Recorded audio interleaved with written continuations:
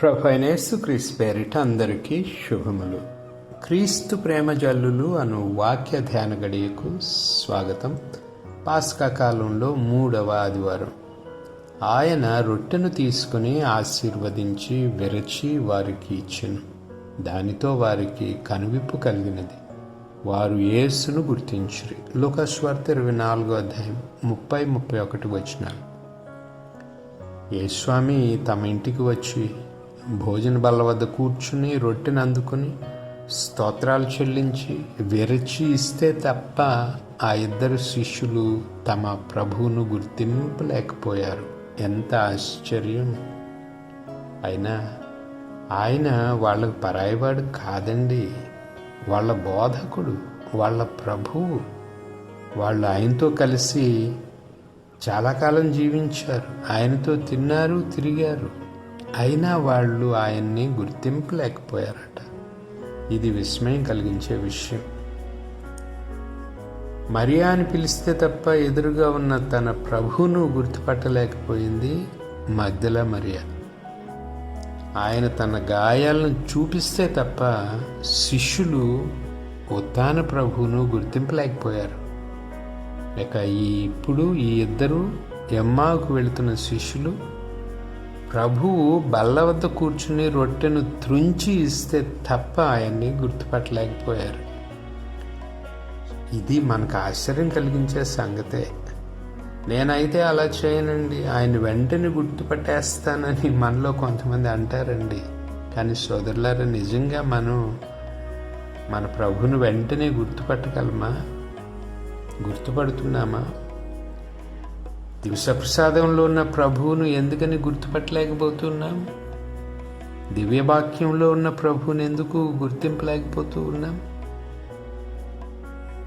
ప్రభువును గుర్తింపలేకపోయిన శిష్యుల్ని అనడం కాదండి, మన స్థితిని, మన ఆత్మస్థితిని మనం రోజు పరిశీలించుకోవాలి. ముఖ్యంగా ఈరోజు ఎమ్మావు ప్రయాణమై వెళుతున్న ఇద్దరు శిష్యుల ఉదంతాన్ని కొంచెం పరిశీలించి చూద్దాం. క్రీస్తు ఉత్థానమైన రోజు ఆయన శిష్యుల్లో ఇద్దరు యెరూషలేమును వదిలి వాళ్ళ సొంత ఊరు ఎమ్మాకు వెళ్ళిపోతున్నారట. ఎందుకు? యేసు చనిపోయాడన్న బాధ, అంతా అయిపోయింది అన్న నిరాశ, యేసే లేకపోతే ఇక చేయడానికి ఏమీ లేదు అన్న నిస్పృహ. ఆయన కోసమే కదా తాము ఇన్ని సంవత్సరాలు అక్కడ ఉన్నారు, ఆయనతో ఉన్నారు. ఆయన మెస్సియాని నమ్మి, ఆయన రక్షిస్తాడని నమ్మి. అయితే ఇప్పుడు ఆయనే చనిపోయాడు, ఇక అక్కడ ఉండి లాభం ఏంటి? కాబట్టి వాళ్ళిద్దరూ వెళ్ళిపోతున్నారు. అయితే అద్భుతమైన విషయం ఏంటంటే ప్రభువు వాళ్ళను వదిలిపెట్టలేదండి. సోదరులారా, మనం ఊహించిన సమయాలలో, సందర్భాల్లో ప్రభువు మనతో ఉంటారు. ఆయన శిష్యులను వెతుక్కుంటూ వెళ్ళాడు. మంచి కాపరి తప్పిపోయిన తన గొర్రెను వెతుక్కుంటూ వెళ్ళినట్లు రక్షకుడు తనను నమ్ముకున్న వాళ్ళను రక్షించుకోవడానికి వెళ్ళాడు. క్రోసెడు దూరం, యెరూషలేము నుండి ఎమ్మావుకు 7 మైళ్ళు దూరం. అంత దూరం ఆయన వాళ్ళతో నడిచాడు. అంతసేపు వాళ్ళతో మాట్లాడాడు. ఎన్నెన్నో విషయాలు, లేఖనాల్లో చెప్పబడిన ఎన్నెన్నో మర్మాలను గురించి వాళ్ళతో ముచ్చటించాడు. అయినా వాళ్ళు ఆయన గుర్తింపలేకపోయారండి. ఇది చాలా బాధాకరమైన విషయం. ప్రభు మనస్సు ఎంతగా నొచ్చుకుని ఉంటుందో ఊహించండి. గొర్రె తన కాపరిని గుర్తించకపోతే కాపరి హృదయం బాధపడదా అండి? అసలు తాను వచ్చిందే ఆ గొర్రెని కాపాడడానికి, కానీ అది తన కాపరిని గుర్తించకపోతే ఎంత బాధ! అయినా ప్రభువు వాళ్ళను వదిలిపెట్టలేదండి. ఆ ఇరువురితో కలిసి వాళ్ళ ఇంటికి వెళ్ళారు. వాళ్ళని దక్కించుకోవాలన్న ఆయన హృదయ తాపత్రయం. చివరికి వాళ్ళతో కలిసి భుజించి వాళ్ళ కళ్ళు తెరిపించాడు. తన మరణాన్ని జయించి పునరుత్థానుడని అయ్యానని వాళ్లకు రుజువు చేశాడు. ఇదంతా ఆయన ఎందుకు చేశాడో తెలుసా? వాళ్ళను సంపాదించుకోవడానికి. రేపొద్దున ప్రభు తన పరలోక తండ్రి ఎదుట నిలబడి, తండ్రి, నీవు నాకు వసిగిన వారిని నీ నామమున కాపాడితిని, భద్రపరిచితిని, ఎవరిని పోగొట్టుకోలేదని చెప్తారు. యోహాను సువార్త 17వ అధ్యాయం 12వ వచనం. సోదరులారా, మన విషయంలో కూడా అదే జరుగుతుందండి. మన జీవిత యాత్రలో ప్రభు మనతోనే ఉన్నారు, మనల్ని వెన్నంటి ఉన్నారు. మనం నలిగిపోయిన సమయాల్లో, మనం నిరాశ చెందిన సమయాలలో, మన రోగాల పాలై శ్రమల్లో చిక్కుని విశ్వాసాన్ని కోల్పోతున్న సమయాలలో ప్రభు మనల్ని వెతుక్కుంటూ వస్తారు, మనతో కలిసి నడుస్తారు, మనతో మాట్లాడతారు, మనల్ని ఊరడిస్తారు, మనతో కలిసి భుజిస్తారు, మనల్ని బలపరుస్తారు, మనలో విశ్వాసాన్ని రగిలిస్తారు, మనలో గూడు కట్టుకున్న అవిశ్వాసాన్ని తొలగిస్తారు. తప్పిపోయిన మనల్ని తండ్రి గూటికి చేర్చేంత వరకు ఆయన మనల్ని వదిలిపెట్టరండి. బాధల్లో, కష్టాల్లో ఉన్నప్పుడు మన చూపు మసకబారి ప్రభువును మనం గుర్తుపట్టలేం. ఆయన మనతో లేడు అనుకుంటాం, కానీ ఆయన ఎప్పుడు మనతోనే ఉంటారండి. ముఖ్యంగా మన కష్టాల్లో ఆయన మనల్ని విడువడు. ఒకనొకసారి ఒక భక్తుడు నిద్రిస్తూ ఒక కలగన్నాడట. ఆ కల్లో తాను తన ప్రభుతో కలిసి సముద్ర తీరంలో నడుస్తూ ఉన్నాడట. అలా వాళ్ళిద్దరు నడుస్తున్న సమయంలో తన జీవిత యాత్రలో కొన్ని ఘట్టాలు ఆకాశంలో దృశ్యాలుగా కనిపిస్తున్నాయట. ప్రతి దృశ్యానికి 2 జతల పాద ముద్రలు ఆ సముద్ర ఇసుక తిన్నెల మీద పడుతున్నాయి. అందులో ఒక జత పాదముద్రలు తనవి, మరొక జత ప్రభువువి. తన జీవితంలో ఆఖరి దృశ్యం ఆకాశంలో కనిపించినప్పుడు ఆ భక్తుడు వెనక్కి తిరిగి ఇసుకలో పడిన పాదముద్రలను చూశాడట. అనేక సార్లు ఒక జత పాదముద్రలు మాత్రమే ఉండటం గమనించాడు. అయితే అతి బాధాకరమైన కష్టాలమయమైన క్షణాలలో ఒక జత పాదముద్రలు మాత్రమే ఇసుక తిన్నెల మీద పడ్డాయి. ఆ భక్తుని హృదయం వేదనతో నిండిందండి. అప్పుడు అతడు అంటాడు, ప్రభు, నేను నిన్ను అనుసరిస్తే నీవు సదా నాతో ఉంటానని, నాకు తోడుగా నడుస్తానని వాగ్దానం చేశావు కదా. మరి నా జీవితంలో అతి విషాద సమయాల్లో నేను చూస్తే ఒక జత పాదముద్రలే ఉన్నాయి. అంటే నీ తోడు నాకు అవసరమైన ఆ తరుణాల్లో నీవు నన్ను ఎందుకు వదిలివేశావు అని అతడు ప్రభువుని అడిగాడు. అందుకు ప్రభు అంటాడు, నా ప్రశస్తమైన బిడ్డ, మై ప్రేషియస్ చైల్డ్, నేను నిన్ను ప్రేమిస్తున్నాను. నీకు శోధనలు వేదనలు కలిగిన సమయాల్లో నేను నిన్ను విడువలేదు.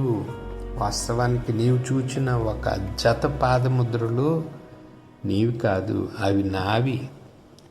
ఆ సమయంలో నేను నిన్ను నా భుజాలపై ఎత్తుకొని మోస్తూ నడిచాను అని ప్రభు ఆ భక్తుడితో అన్నాడట.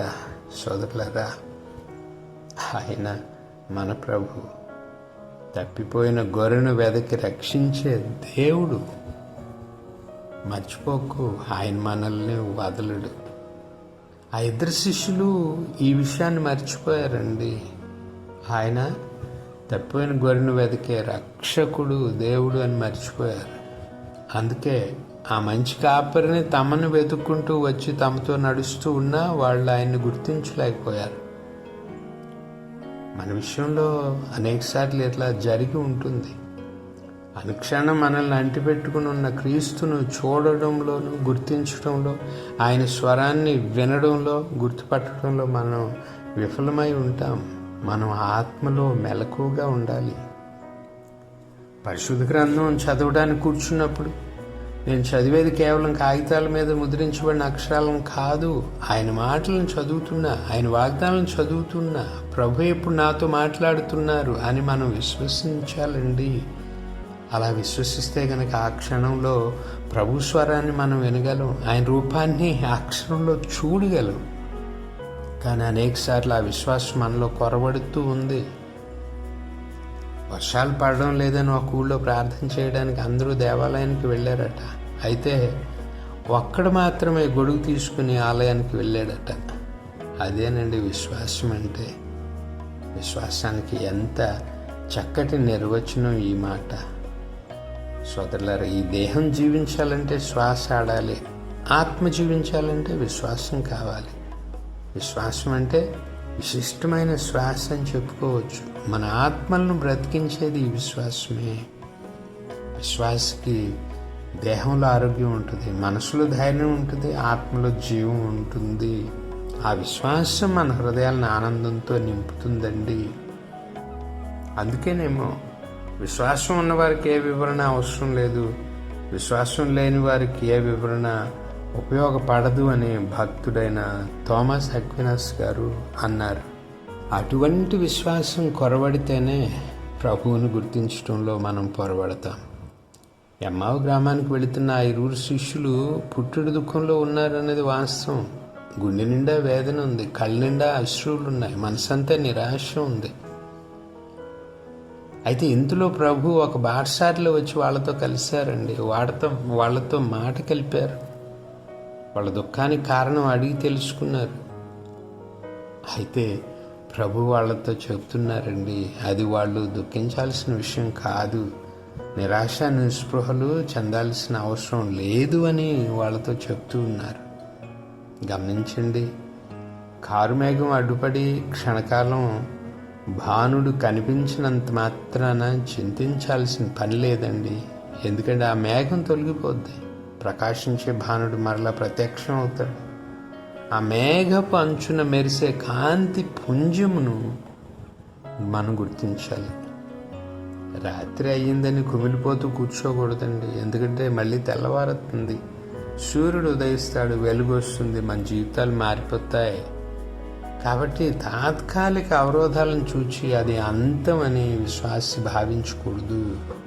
అంచున మెరిసే కాంతి పుంజాన్ని చూడడం నేర్చుకోవాలి. శిష్యులు అది కొరవడింది.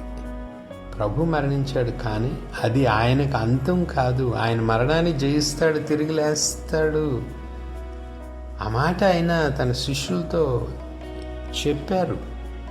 కానీ ఆ 2 ప్రభు మాటలోని మరణాన్ని గ్రహించలేదు. అందువలన ఆయన గుర్తించలేకపోయారు. మన విషయంలో కూడా అనేకసార్లు ఇలాగే జరుగుతుంది కదా. వాక్యాన్ని చదివినప్పుడు, బోధకుల ప్రసంగాలు విన్నప్పుడు, దైవజనుల మాటలను ఆలకించినప్పుడు అవి మనకు బోధపడినట్లు అనిపిస్తాయి. కానీ నిజ జీవితంలో ఆచరణకు వచ్చినప్పుడు ఘోరంగా విఫలమైపోతాం. చదివిన వాక్యాలు మర్చిపోతాం, వినిన బోధాలు మర్చిపోతాం. జాగ్రత్త పడాలి. ప్రభులో విశ్వాసాన్ని పోగొట్టుకోకూడదు. ఆయన నమ్మదగినవాడు, ఆయన మన కోసం ప్రాణం పెట్టినవాడండి. అటువంటి ఆయన మనల్ని వదిలేస్తాడా? లేదు, ఎప్పుడు మనతోనే ఉన్నారు. ముఖ్యంగా సమస్యలు తలెత్తిన సమయాల్లో ఆయన మన చేయి పట్టి ముందుకు నడిపిస్తున్నారు. ఆ నమ్మకం మనలో ఉందా? మనం ఆ 2 శిష్యుల వలె దారి తప్పి ఎటో వెళ్ళిపోతున్నప్పుడు మనల్ని వెతుక్కుంటూ ఒక మంచి కాపరిలో ఆయన మన వెనకే వస్తున్నారు. అది గుర్తించాలి. ప్రభు ఇవాళ నాతో ఎక్కడ నడుస్తున్నారు, ఏ విషయంలో నాతో మాట్లాడుతున్నారు అంటూ మనం ప్రతిరోజు పరిశీలించుకుంటూ ఉండాలి. ఒక విషయాన్ని మనం గుర్తుపెట్టుకోవాలండి, మనం ఆయనతోనే ఉండాలని, ఆయనకు చెందిన మందలో ఒకరిగా ఉండాలని ప్రభు ఆశ అండి. మనం ఆయన కోసం ఎంత తప్పిస్తున్నామో, కానీ ఆయన మన కోసం మనకంటే ఎక్కువ తప్పిస్తూ ఉన్నారు. అసలు ఆయన మరణించిందే మనల్ని సంపాదించుకోవడానికి, తన సొంతం చేసుకోవడానికి కదా. కాబట్టి మనల్ని ఎలా పోగొట్టుకుంటాడండి? ఆయన రక్తపు విలువ చేత మనల్ని కొనుక్కున్నాడు, సంపాదించుకున్నాడు. మనల్ని విడిచిపెడతారా? విడిచిపెట్టరు. చూడండి, యేసుస్వామి రొట్టెను విరిచిన తర్వాత ఆయన గుర్తించిన శిష్యులు వాళ్ళిద్దరూ మాట్లాడుకుంటూ ఏమనుకుంటున్నారు? ఆయన మార్గములు మనతో మాట్లాడినప్పుడు, లేఖనములు వివరించినప్పుడు మన హృదయములు ప్రజ్వరిల్లలేదా అనుకుంటున్నారు. మన హృదయాలు మనకి సత్యాన్ని చెప్తూ ఉంటాయండి. మన విషయంలో కూడా ప్రభు ఎప్పుడు మనతో మాట్లాడతారు. ఆయన మాట్లాడినప్పుడు మన హృదయాలు దివ్యానుభూతికి లోనవుతాయి. మనల్ని మనం మర్చిపోతాం. అటువంటి స్థితిలో మనం ప్రార్థన చేస్తే నిమిషాలు, గంటలు మనకు తెలియకుండా గడిచిపోతాయి. పరిశుద్ధ వాక్యాన్ని చదువుతూ ఉంటే ఆ వాక్య పఠనాన్ని ఆపాలని అనిపించదు. అటువంటి సమయాలు ఎంతో విలువైనవి, ప్రశస్తమైనవి. వాటిని గుర్తించాలి. ఎట్టి పరిస్థితుల్లో వాటిని వదులుకోకూడదు. కారణం, ప్రభుతో వ్యక్తిగత అనుబంధాన్ని పెంచుకునే సందర్భాలు అవి. ప్రభు మనతో మాట్లాడుతున్నారు, మన హృదయాల్ని కదిలిస్తున్నారు, రగిలిస్తున్నారు. ఆయనతో అటువంటి అనుబంధం కలిగి ఉన్న వాళ్ళు ఆయన ఎప్పుడు వచ్చినా ఏ రూపంలో వచ్చినా గుర్తించగలుగుతారండి. అటువంటి అనుభూతుల కోసం ఎదురు చూద్దాం. ప్రభువుతో అనుబంధాన్ని పెంచుకుందాం. సోదరులారా, ఒక ప్రాముఖ్యమైన విషయం గుర్తుంచుకోండి. ప్రభు విందుని ఎప్పుడూ మిస్ అవ్వకండి. దివ్య పూజా బలిలో పాల్గొనే అవకాశాన్ని ఎప్పుడూ వదులుకోకండి. ప్రభు విందు అంటే ప్రభువు తన శిష్యులతో కలిసి ఆరగించిన భోజనం, కడరాత్రి భోజనం. అది ప్రభు విందు, పరమ విందు, పరలోక విందు. ఆ సందర్భంలో ప్రభు శిష్యులు తన మాటలు గుర్తు చేసుకోండి. మీతో ఈ పాస్కను భుజింపవలెనని నేనెంతో ఆశించితిని. లోకాసువార్త 22:15 ప్రభు అంటున్నారు. ప్రభు ఆ కడరా విందును మనతో కలిసి భుజించాలని ఎప్పుడు ఆశపడుతూ ఉంటారండి. అది మనకెంత భాగ్యమో ఊహించండి. ఆ ఇరువురు శిష్యులు ప్రభువుని ఎప్పుడు గుర్తుపెట్టారు? ఆయన రొట్టెను తీసుకొని ఆశీర్వదించి విరిచి వాళ్ళకి ఇచ్చినప్పుడు వాళ్ళకు కనువిప్పు కలిగింది. అప్పుడు ప్రభువును వాళ్ళు గుర్తించారు. చూసారా, రొట్టెను విరిచినప్పుడు వాళ్ళు ఆయన గుర్తించారు. సోదరులారా, మన దేవాలయం పీఠముల మీద గురువు రొట్టెను విరిచినప్పుడు మనం ప్రభువును కలుసుకుంటాం. అది ఆయన శరీరం, ఆయన రక్తం, ఆయన నిజ సాన్నిధ్యం. It is His real presence. Jesus is truly and eternally present in the Eucharist. కాబట్టి దివ్య పూజా బలిని మిస్ అవ్వకండి. అవకాశం ఉన్నప్పుడల్లా బలభోజనంలో పాల్గొనండి. ప్రభుభోజనం ఆరగించండి. ఆ సమయంలో మనం మన ప్రభువును కలుసుకుంటున్నాం. దివ్య సప్రసాదము యూకరిస్ట్ అంటే ప్రభు యొక్క మరో రూపం అండి. చూడండి, ప్రభు రొట్టెను విరిచినప్పుడు శిష్యులు ఆయన గుర్తించారంటే ఆ రొట్టె ప్రభు యొక్క రూపం. ఉత్థాన క్రీస్తు మన మధ్య నివసించడానికి ఆయన ఎన్నుకున్న రూపము రొట్టె, దివస ప్రసాదం. అందుకే దివస ప్రసాదం అనగా గోధుమ రొట్టె, ద్రాక్షరసం గుణాల్లో యేసుస్వామి దివ్యాత్మతో, దివ్య శరీరంతో, దివ్య రక్తంతో, దైవ స్వభావంతో వేయించేసి ఉంటారు అని శ్రీ సభ విశ్వసిస్తూ ఉంది, బోధిస్తూ ఉంది. ఎమ్మావులో ప్రభు రొట్టెను బెరిచినప్పుడు శిష్యులు ఆయన గుర్తించడం ఈ విశ్వాస సత్యాన్ని బలపరుస్తూ ఉంది. ప్రభు తన దివ్య సాన్నిధ్యాన్ని ఆ దివ్య ప్రసాదంలో ఉంచారండి. అంటే ప్రభు రొట్టెను విడిచినప్పుడు 2 అద్భుతాలు జరిగాయి. ఒకటి, ఆ దివ్య రొట్టె ప్రభు సాన్నిధ్యాన్ని వెల్లడి చేసింది. రెండవది, ప్రభు భోజనం ఆ ఇరువురు శిష్యుల్ని సంపాదించిందండి.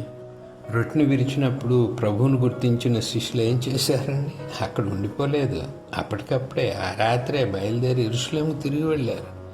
తక్కిన శిష్యులతో కలిశారు. ఇక వాళ్ళతో కలిసి క్రీస్తు సాక్షులుగా నిలిచారు. ఇది మనకు ఒక గొప్ప సందేశాన్ని ఇస్తుందండి.